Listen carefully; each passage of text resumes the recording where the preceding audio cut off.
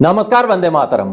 दोस्तों, स्वागत है आप सबका सैनिक पाठशाला में। आज के इस वीडियो में दो जानकारियां हैं दोस्तों, दोनों जानकारियां महत्वपूर्ण जानकारियां हैं। दोस्तों, भारत सरकार ने ओआरओपी के कुछ टेबल्स में बदलाव कर दिए हैं।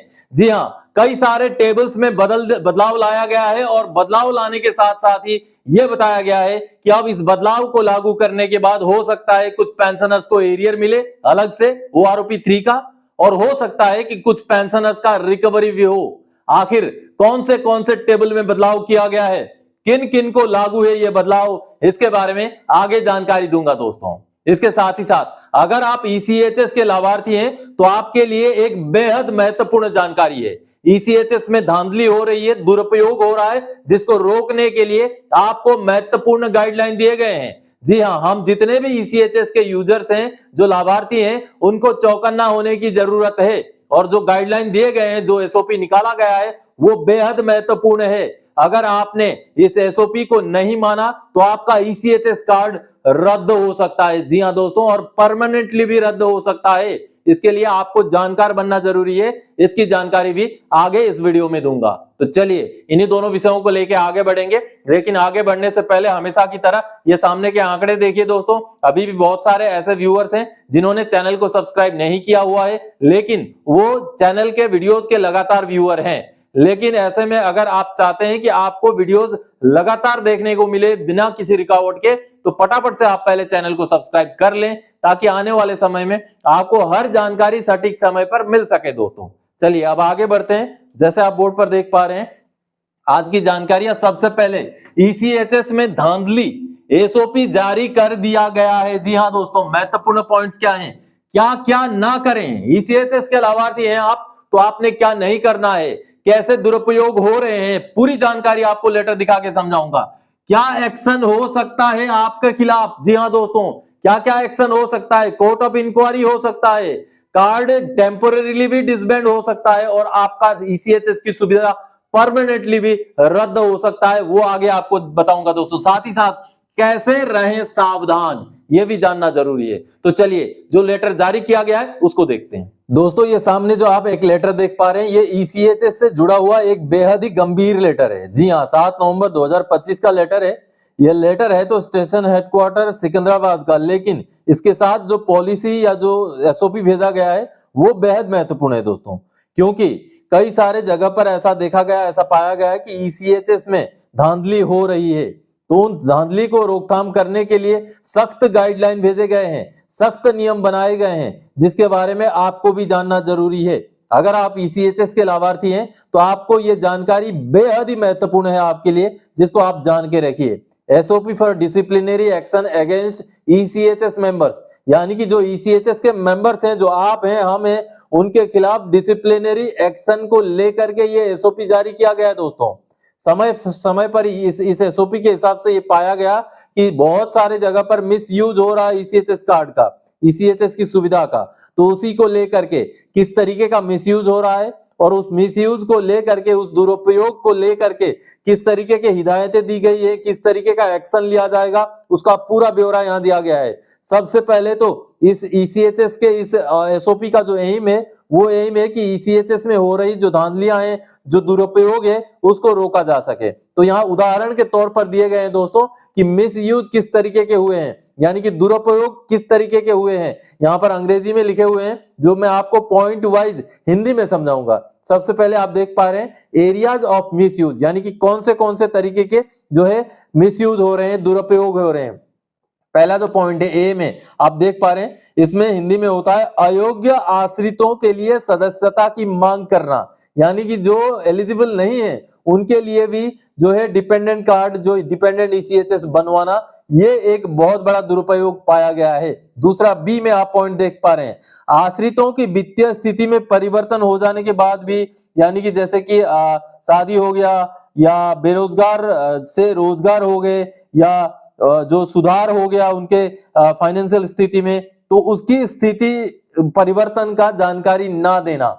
और तीसरा सी में आप देख पा रहे हैं सीकिंग मेंबरशिप वाला, ये है दोस्तों कि धोखाधड़ी या छेड़छाड़ किए गए दस्तावेजों के आधार पर सदस्यता प्राप्त करना, जिसका बाद में पता चल जाता है। जी हां, और डी में आप देख पा रहे हैं जो कि आश्रित सदस्यों के नाम पर अनाधिकृत व्यक्ति के लिए पॉलीक्लिनिक या पैनलबद्ध अस्पतालों में उपचार की सुविधा का लाभ उठाना, यानी कि जिनका कार्ड है उनका इलाज ना करा करके दूसरे किसी का इलाज करवा लेना। उसके बाद अगला पॉइंट है दोस्तों, अगला पॉइंट है बार बार झूठी या तुच्छ शिकायतें करना जो बाद की जांच में गलत साबित हो जाती हैं। अगला पॉइंट है दोस्तों, अगला पॉइंट है दो योजनाओं अर्थात ईसीएचएस और सीजीएचएस या रेलवे या राज्य सरकार या पीएसयू या बैंकों से एक साथ सुविधाएं प्राप्त करना, यानी कि अगर आपको मेडिकल सुविधा ईसीएचएस में आप ले रहे हैं तो बाकी जगहों से आप मेडिकल सुविधा नहीं ले सकते, दो जगहों से प्राप्त करना भी एक दुरुपयोग है, ये यहाँ कहा गया है। अगला दोस्तों, कर्मचारी पॉलीक्लिनिक के साथ दुर्व्यवहार यानी कि आपराधिक मामला धमकी सहित दुर्व्यवहार करना, यह भी एक दुरुपयोग माना गया है। अगला पॉइंट है दोस्तों, धोखाधड़ी करने के इरादे से प्रतिपूर्ति के लिए फर्जी या बढ़ा चढ़ाकर दावे करना, जी हाँ दोस्तों, ये भी एक दुरुपयोग पाया गया है। अगला, पैनलबद्ध अस्पताल में उपचार के बिलों पर हस्ताक्षर करना जिसका वास्तव में उपयोग नहीं किया गया, लाभ नहीं लिया गया, उन बिलों को भी सबमिट करना, उन बिलों पर भी सिग्नेचर करना, ये भी एक दुरुपयोग माना गया है। और आखिर में आप देख पा रहे हैं किसी अन्य प्रकार का दुरुपयोग या कदाचार, यानी कि और भी किसी तरीके का अगर दुरुपयोग हो तो उसको भी किया गया है, ऐसा पाया गया है। तो इसको लेकर के जो स्टेशन हेडक्वार्टर को सख्त हिदायतें जारी की गई है दोस्तों। और ये देखिए इसमें जो है रिपोर्टिंग होगा ऐसे केसेस का, और स्टेशन हेडक्वार्टर की तरफ से क्या क्या एक्शन लिए जाएंगे वो आप यहाँ पर देख पा रहे हैं, और सख्त एक्शन लेने की हिदायत है दोस्तों। सबसे पहले देखिए पहला जो पॉइंट है उसमें लिखा गया है दुरुपयोग या कदाचार के बारे में ऐसी रिपोर्ट प्राप्त होने पर स्टेशन कमांडर द्वारा एक अधिकारी और ऐसे अन्य व्यक्तियों को नियुक्ति करके जांच का आदेश दिया जाएगा जिसे वह निष्पक्ष जांच के लिए उपयुक्त समझेंगे। अगला पॉइंट है आरोप की समुचित जांच के बाद एक जांच रिपोर्ट तैयार की जाएगी तथा सिफारिशों के साथ स्टेशन कमांडर को भेजी जाएगी। अगला पॉइंट है जांच कार्यवाही पर समुचित विचार करने के पश्चात यदि स्टेशन कमांडर को यह पता चलता है कि कोई व्यक्ति उपरोक्त पैरा 3 में उल्लिखित कथित कदाचार के लिए दोषी है तो वह ऐसे व्यक्ति को कारण बताओ नोटिस जारी करेगा जिसमें ऐसी चूकों का विशेष रूप से उल्लेख होगा तथा उसे अपना उत्तर प्रस्तुत करने के लिए 30 दिन का समय दिया जाएगा दोस्तों। अगला जो डी में आप देख पा रहे हैं जिसमें बताया गया है अभियुक्त को जांच के दौरान सभी दस्तावेज और साक्ष्य भी उपलब्ध कराए जाएंगे। अगला पॉइंट है उत्तर पर विचार करने के बाद या कारण बताओ नोटिस में उल्लिखित समय की समाप्ति के बाद यदि स्टेशन कमांडर इस निष्कर्ष पर पहुंचते हैं कि निम्न प्रकृति का कदाचार दुराचार सिद्ध हो गया है तो उन्हें दोषी व्यक्ति की सदस्यता अधिकतम 6 महीने की अवधि के लिए निलंबित करने का आदेश देने का अधिकार होगा। स्टेशन कमांडर के आदेश की प्रति अभियुक्त को भी दी जाएगी। अगला पॉइंट है दोस्तों गंभीर कदाचार दुरुपयोग के मामले में स्टेशन कमांडर उसकी सदस्यता समाप्त करने की सिफारिश भी करेगा। अगला पॉइंट है जहां सदस्यता समाप्ति की सिफारिश की गई है उसे कमांड चैनल के माध्यम से केंद्रीय संगठन ईसीएचएस को भेज दिया जाएगा। और आखिर में जो पॉइंट है जो स्टेशन हेडक्वार्टर का जो कार्य है वो लिखा गया है स्टेशन कमांडर और कमांडर चैनल की सिफारिश पर एडजुटेंट जनरल ईसीएचएस की सदस्यता समाप्त कर देगा। अगर जरूरत पड़ी दोस्तों तो परमानेंटली भी ईसीएचएस की सदस्यता जा सकती है। तो आपको ध्यान रखना है इस तरीके के जो ऊपर लिस्ट में बताए गए हैं उस तरीके का दुरुपयोग आपके द्वारा नहीं किया जाना चाहिए, इसलिए सावधान रहें और गलत काम ना करें। जिस तरीके से इस एसओपी में बताया गया है उस तरीके के काम कभी भी ना करें दोस्तों। तो आप सबने देखा दोस्तों इस तरीके की चीजें पकड़ में आई हैं जो नहीं होना चाहिए, तो आप भी सावधान रहें।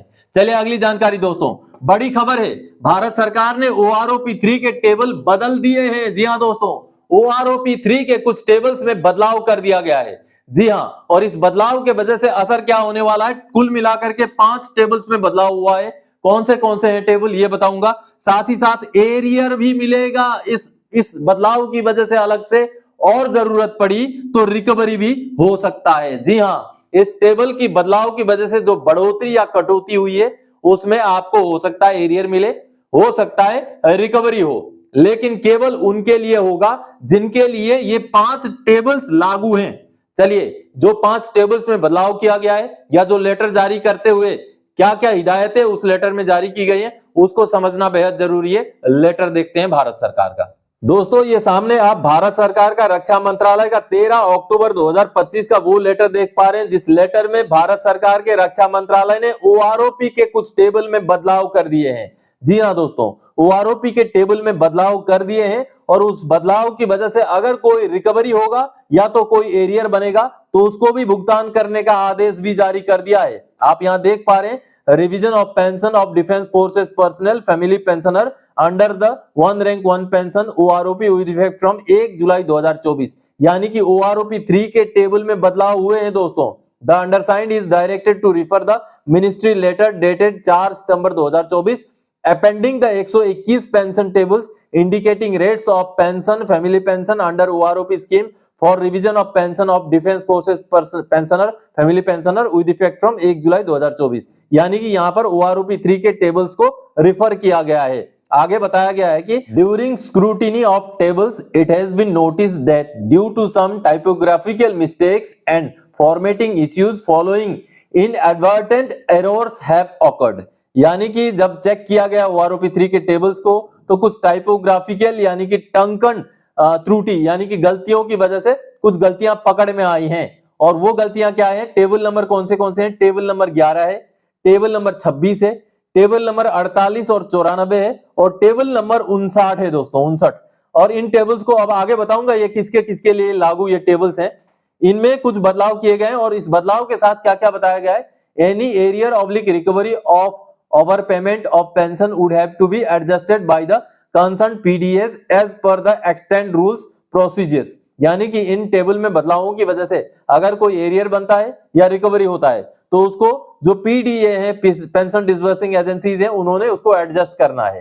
All the terms and conditions which are not affected by this order shall remain unchanged, बाकी इस ऑर्डर में जो टेबल्स मेंशन नहीं किए गए हैं वो जैसे थे वैसे ही रहेंगे। तो देखिए दोस्तों, अब टेबल्स कौन से हैं। देखिए, सबसे पहले तो जो टेबल नंबर 11 है, ये टेबल नंबर 11 किन के लिए है, टेबल नंबर 11 है दोस्तों enhance rate of ordinary family pension, और वो भी regular commission officers and women officers के लिए है, जो कि AMC, ADC, RVC, MNS, territorial army, EC और एसएससी को छोड़ के बाकी अधिकारियों के लिए रहेगा ये। और दूसरा दोस्तों, दूसरा टेबल नंबर 26 है। 26 नंबर टेबल में भी बदलाव किया गया, आगे मैं टेबल भी दिखाऊंगा। 26 नंबर टेबल में बदलाव किया गया और 26 नंबर टेबल किन के लिए लागू है, normal rate of ordinary family pension, और ये EC, SSC officers, AMC, ADC, RVC और डॉक्टर्स के लिए है, यानी कि ये भी अधिकारियों से जुड़ा हुआ टेबल है ओआरओपी 3 का। अगला देखिए टेबल नंबर 48। अब टेबल नंबर 48 दोस्तों किन के लिए लागू है, special dependent family pension second life award of special family pension, और किन के लिए, जेसीओज, ORs, X group drawing pay rupees, group pay rupees 6200, यानी कि जनवरी 2016 के बाद के जो रिटायरी हैं उनमें से जो special dependent family pension second life award लेते हैं उनके लिए है। अगला दोस्तों टेबल नंबर 94।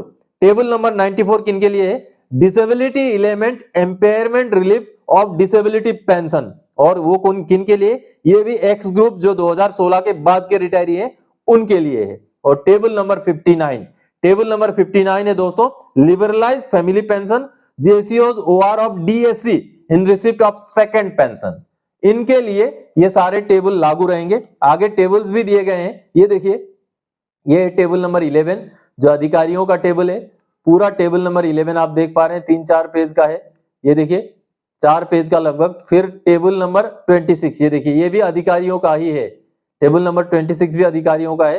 अब टेबल नंबर 48 जेसीओज ओआर का है, और सेकंड लाइफ अवार्ड वाला जो स्पेशल फैमिली पेंशन है उनके लिए है, जिसमें बदलाव हो चुका है दोस्तों। ये देखिए टेबल नंबर 48, टेबल नंबर 48 के बाद दोस्तों टेबल नंबर 59, ये देखिए टेबल नंबर 59 जो कि लिबरलाइज फैमिली पेंशन जो डीएससी में सेकंड पेंशन ले रहे हैं उनके लिए है। इस टेबल में भी बदलाव हो गया है, टेबल नंबर 59 में भी। और टेबल नंबर 94, और ये डिसेबिलिटी एलिमेंट यार इंपेयरमेंट रिलीफ जो कि जनवरी 2016 के बाद के रिटायरी हैं एक्स ग्रुप वाले, उनके भी इस टेबल में बदलाव हो गया है। तो कुल मिलाकर 5 टेबलों में बदलाव हुआ है दोस्तों। अब इन बदलावों की वजह से जो भी एरियर बनेगा या जो भी रिकवरी बनेगा वो अब कैरी आउट किया जाएगा। अगर पेंशन में बढ़ोतरी होती है किसी पेंशनर की, इन टेबल में जो इफेक्टेड है उनकी, तो एरियर मिलेगा। अगर नहीं इफेक्ट होता है, उल्टा इफेक्ट होता है, तो रिकवरी भी हो सकता है दोस्तों।